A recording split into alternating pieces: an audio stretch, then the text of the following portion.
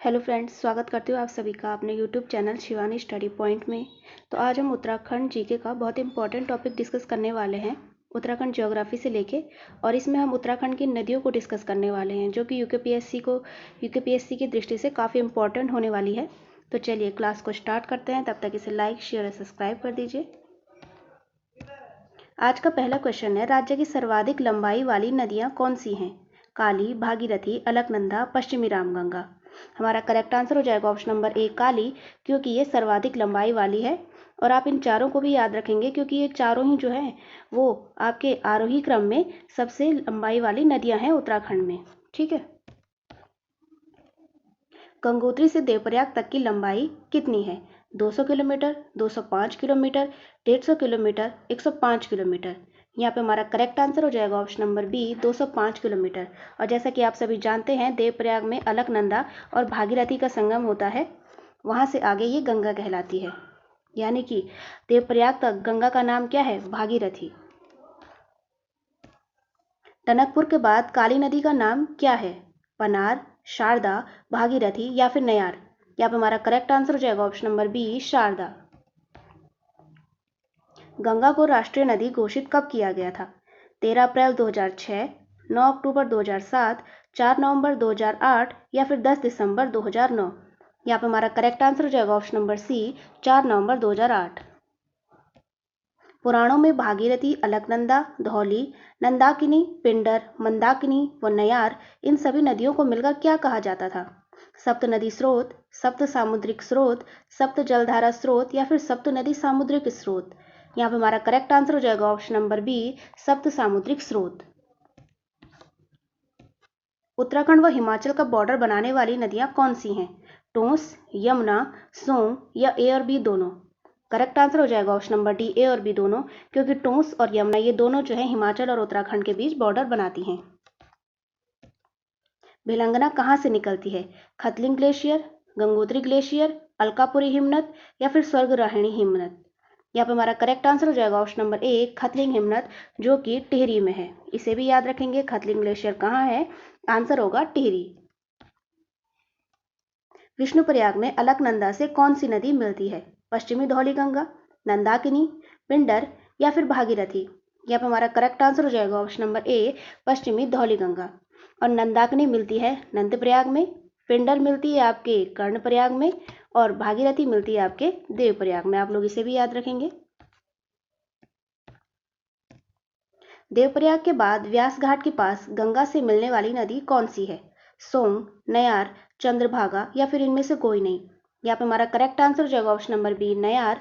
और जो option number C है चंद्रभागा, ये गंगा में ऋषिकेश में मिलती है। आप लोग इसे भी याद रखेंगे। कोसी नदी कहाँ से निकलती है? पिथौरागढ़, कौसानी बागेश्वर, चंपावत या फिर नैनीताल। यहाँ पे हमारा करेक्ट आंसर हो जाएगा option number B, Kausani Bageshwar. और यहाँ पे हमारा एक और क्वेश्चन बनता है कि कौसानी कहाँ है, किस जनपद में है? तो आंसर हो जाएगा बागेश्वर। आप लोग इसे भी याद रखेंगे। और कौसानी को ही महात्मा गांधी ने भारत का स्विट्जरलैंड कहा था, तो आप लोग इसे भी याद रखेंगे। फूलों की घाटी में बहने वाली म्यूंडार या फिर पुष्पावती नदी कहाँ से निकलती है? केदारनाथ, चौराबाड़ी ताल, पुष्पतोया ताल या फिर इनमें से कोई नहीं। यहाँ पर हमारा करेक्ट आंसर हो जाएगा ऑप्शन नंबर सी, पुष्पतोया ताल। और ये फूलों की घाटी जो है, इसे यूनेस्को की वर्ल्ड हेरिटेज साइट में भी शामिल किया गया है। आप लोग इसे भी याद रखेंगे। गोरी नदी निकलती है खतलिंग ग्लेशियर, मिलम ग्लेशियर, नामिक ग्लेशियर या फिर पोटिंग ग्लेशियर। यहाँ पे हमारा करेक्ट आंसर हो जाएगा option number B, Milam glacier. Rameshwar तीर्थ के पास सरयू में कौन सी नदी मिलती है?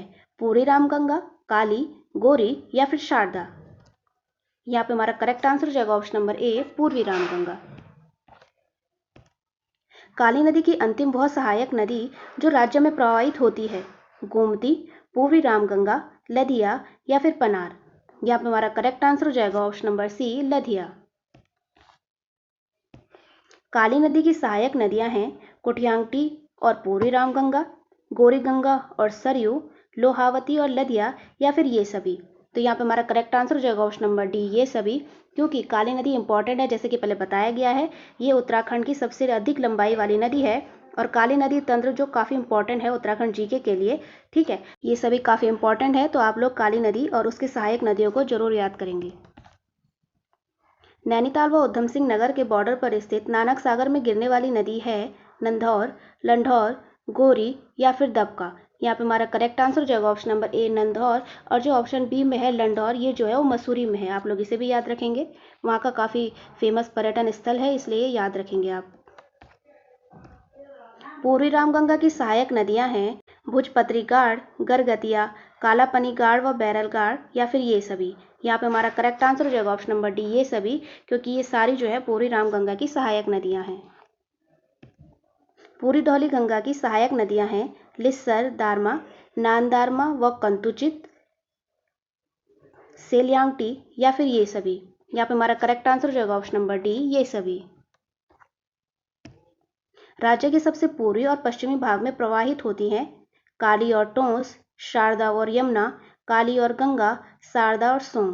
तो यहाँ पे हमारा करेक्ट आंसर हो जाएगा ऑप्शन नंबर बी शारदा और यमुना, क्योंकि सबसे पूर्वी भाग में प्रवाहित होती है आपकी शारदा नदी, और इसी का दूसरा नाम जो है वो काली नदी भी है, और पश्चिमी भाग में प्रवाहित होती है यमुना। भिलंगना की सहायक नदियां हैं मेदे गंगा व दूध गंगा, धर्म गंगा व बाल गंगा, ए और बी दोनों, या फिर ये सभी। तो यहाँ पर हमारा करेक्ट आंसर हो जाएगा ऑप्शन नंबर डी ये सभी, क्योंकि ये चारों जो है भिलंगना की सहायक नदियां हैं। तो ये थे उत्तराखंड जीके के आज के कुछ इंपॉर्टेंट क्वेश्चन। 20 क्वेश्चन जल्दी से रिवाइज कर लीजिए, फटाफट इन्हें रिवाइज कर लीजिए, क्योंकि अभी रिवाइज का ही टाइम है। उम्मीद करती हूँ आप सभी को क्लास पसंद आई होगी। इसे लाइक शेयर और सब्सक्राइब जरूर कीजिए और अपना साथ बनाए रखिए। Thank you.